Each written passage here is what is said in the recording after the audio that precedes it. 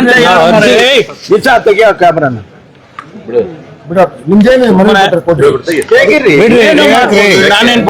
ಪ್ರಶ್ನೆ ಮಾಡುವುದೇ ತಪ್ಪ?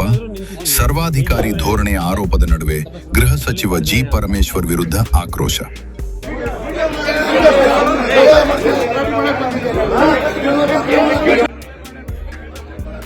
ಎಆರ್ ನ್ಯೂಸ್ ವರದಿ, ತುಮಕೂರು. ಜಿಲ್ಲೆಯಲ್ಲಿ ಅಕ್ರಮ ಗಣಿಗಾರಿಕೆ, ಆಡಳಿತ ವೈಫಲ್ಯ ಹಾಗೂ ಭ್ರಷ್ಟಾಚಾರದ ವಿಚಾರವಾಗಿ ಮನವಿ ಸಲ್ಲಿಸಲು ಹೋದ ವೇಳೆ ಹೋರಾಟಗಾರರ ಮೇಲೆ ನಕಲಿ ಎಫ್ಐಆರ್ ದಾಖಲಿಸಿರುವ ಆರೋಪವು ರಾಜಕೀಯ ವಲಯದಲ್ಲಿ ತೀವ್ರ ಚರ್ಚೆಗೆ ಕಾರಣವಾಗಿದೆ.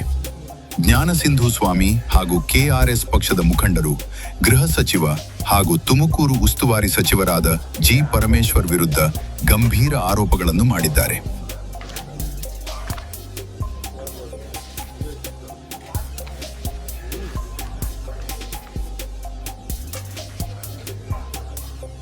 ಹೊರಟೋಗ್ಬಿಟ್ರೆ ಹೆಂಗೆ ಸರ್? ನಾವು ಅರ್ಜಿ ಕೊಡಕ್ ಬಂದ್ಮೇಲೆ ಹಿಂಗ್ ಹೋದ್ರೆ ಹೆಂಗೆ?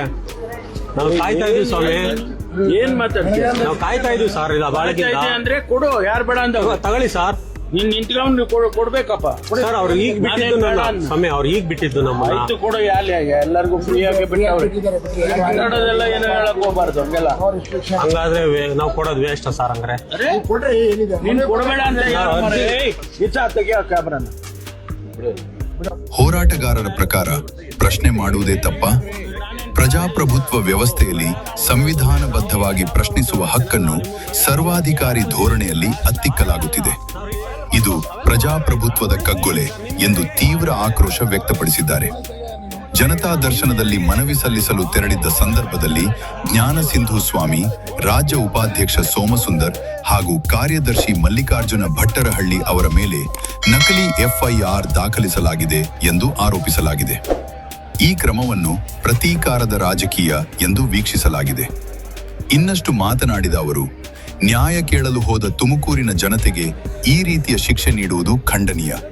ಮಹಿಳಾ ಪಿಎಸ್ಐ ಮೂಲಕ ಸುಳ್ಳು ದೂರು ದಾಖಲಿಸಿರುವುದು ಆಡಳಿತದ ದುರುಪಯೋಗ ಎಂದು ಆರೋಪಿಸಿದರು. ಹೋರಾಟಗಾರರು ಸ್ಪಷ್ಟಪಡಿಸಿರುವುದೇನೆಂದರೆ, ಇಂತಹ ಸುಳ್ಳು ಪ್ರಕರಣಗಳು ನಮ್ಮ ಹೋರಾಟವನ್ನು ನಿಲ್ಲಿಸಲು ಸಾಧ್ಯವಿಲ್ಲ. ತುಮಕೂರಿನಲ್ಲಿ ನಡೆಯುತ್ತಿರುವ ಅಕ್ರಮ ಗಣಿಗಾರಿಕೆ ಮತ್ತು ಭ್ರಷ್ಟಾಚಾರದ ವಿರುದ್ಧ ಪ್ರಜಾಪ್ರಭುತ್ವ ಹೋರಾಟ ಮುಂದುವರಿಯುತ್ತದೆ. ಮುಖ್ಯ ಅಂಶಗಳು: ಪ್ರಶ್ನೆ ಮಾಡುವುದೇ ತಪ್ಪ? ಹೋರಾಟಗಾರರ ಪ್ರಶ್ನೆ, ಗೃಹ ಸಚಿವ ಜಿ ಪರಮೇಶ್ವರ್ ವಿರುದ್ಧ ಸರ್ವಾಧಿಕಾರಿ ಧೋರಣೆಯ ಆರೋಪ. ಜ್ಞಾನಸಿಂಧು ಸ್ವಾಮಿ ಸೇರಿದಂತೆ 3 ಮೇಲೆ ಎಫ್ಐಆರ್ ಆರೋಪ. ನ್ಯಾಯ ಕೇಳಿದ ಜನತೆಗೆ ಅನ್ಯಾಯವಾಗುತ್ತಿದೆ ಎಂಬ ಆಕ್ರೋಶ.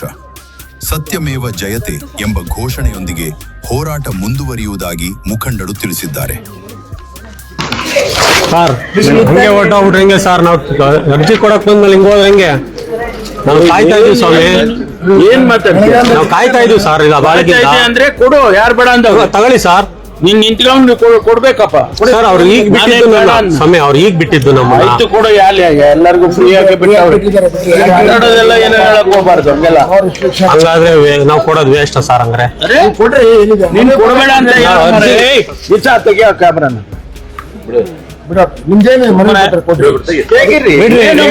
ನಾನೇನ್ ಬೇಡ ಸರ್. ನಾವು ಪ್ರಜಾಪ್ರಭುತ್ವ ವ್ಯವಸ್ಥೆನಲ್ಲಿ ನಾವು ನಿಮ್ಮ ಕೇಳಕ್ ಬಂದಿದೀವಿ. ಭಾಷಣ ಅಲ್ಲ. ಅವೆಲ್ಲ ಮಾಡ್ತಾರೆ ನೋಡಿ ಸರ್. ನಿಮ್ಮ ಎದುರಿಗೆ ಹಿಂಗ್ ಮಾಡ್ತಾರೆ.